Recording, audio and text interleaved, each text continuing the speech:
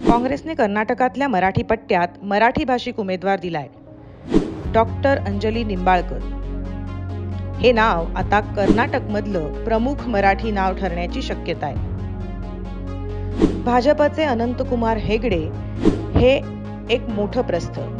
ते याच उत्तर कन्नडा मतदारसंघाचं प्रतिनिधित्व करतात आणि आता हीच जागा काँग्रेसने डॉक्टर अंजली निंबाळकर या उमेदवाराला दिली आहे. गेली 25 वर्ष अनंतकुमार हेगडे यांचंच या मतदारसंघावर वर्चस्व आहे. पण आता अंजली निंबाळकर यांच्या रूपाने कर्नाटकातल्या मराठा समाजासाठी काँग्रेसने एक नवा चेहरा द्यायचा ठरवलाय.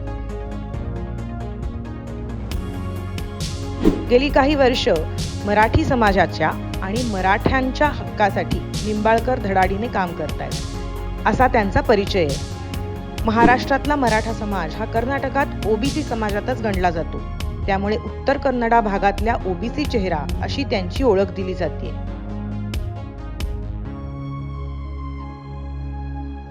पण कोण आहेत या अंजली निंबाळकर आणि महाराष्ट्राशी त्यांचं नातं काय?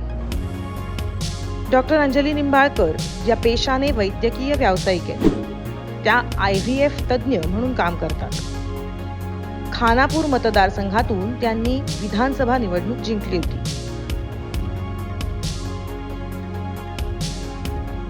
खानापूरमध्ये बरेच मराठी भाषक मतदार आहेत. याशिवाय उत्तर कन्नडा जिल्ह्यात खानापूरसह दांडेली, नोएडा, यल्लापूर आणि कारवार असे तालुके येतात, जिथे मराठी भाषिकांची संख्या लक्षणीय आहे.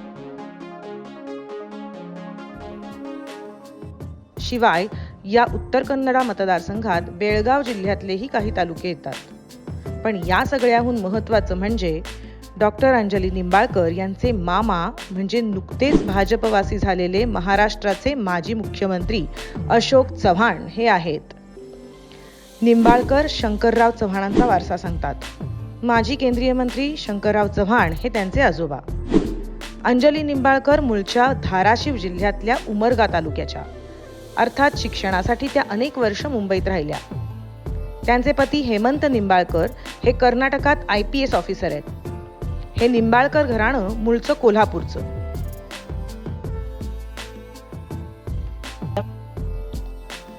अशा या काँग्रेसच्या उमेदवार यंदा जायंट किलर ठरणार का, अशी चर्चा आहे. कारण अंजली निंबाळकरांसमोर कडवं आव्हान आहे ते विश्वकर्मा हेगडे कागेरी यांचं. 6 वेळचे खासदार अनंतकुमार हेगडे कट्टर हिंदुत्ववादी म्हणून ओळखले जातात. त्यांची अनेक विधानं वादग्रस्त ठरली होती. अशा या वादग्रस्त नेत्याऐवजी यावेळी भाजपने किंचित मवाळ पण अनुभवी अशा विश्वकर्मा हेगडे कागेरी यांना तिकीट दिलंय. त्यामुळे अंजली निंबाळकर विरुद्ध विश्वकर्मा कागेरी अशी सरळ लढत अपेक्षित आहे.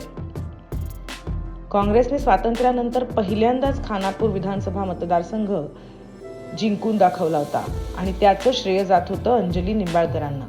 कदाचित त्याचं बक्षीस म्हणूनच काँग्रेसने यावेळी लोकसभेची ही महत्त्वाची जागा निंबाळकरांकडे सोपवली आहे.